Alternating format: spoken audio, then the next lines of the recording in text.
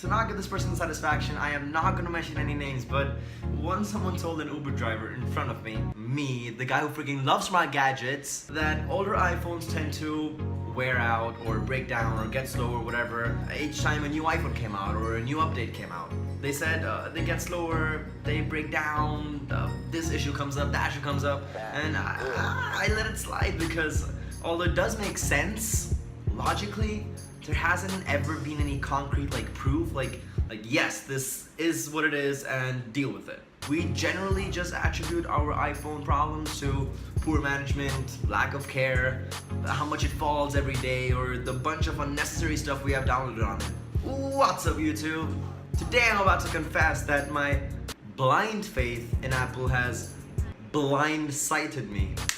So since a few days or weeks, to be honest, my iPhone success has felt really slow. The battery gets over super fast, the phone feels slower, and sometimes it takes forever to even open my camera app. I open Snapchat and it'll take a solid 30 seconds for the camera to pop up. At this point, I honestly assumed that my phone was being a butt because I didn't take care of it or whatever, and it couldn't possibly be one of my favorite companies in the world messing with us like that. Last week, however, Apple did confirm that older iPhone models start getting slower as the new ones come out. But they tried saying it in a way that it didn't sound as bad, but they said that since software keeps updating and new models come out and whatever, older models can't always deal with that power, that energy level required to run these, and that's why they make these older models go slower so that they can last longer, which I guess in a way is saying we'll help your investment last longer by making your phone slower, but doing that we actually want to buy the newer phone. So I mean, it does kind of make sense, but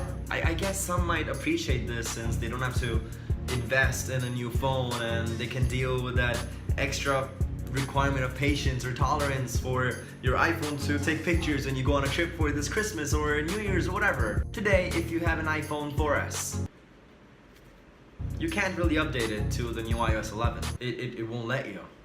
I can barely get my iPod Touch on iOS 7, and you can imagine how slow they are. These are literally the epitome of slow, which doesn't entirely make sense to me because okay, say a new iPhone comes out with a new software.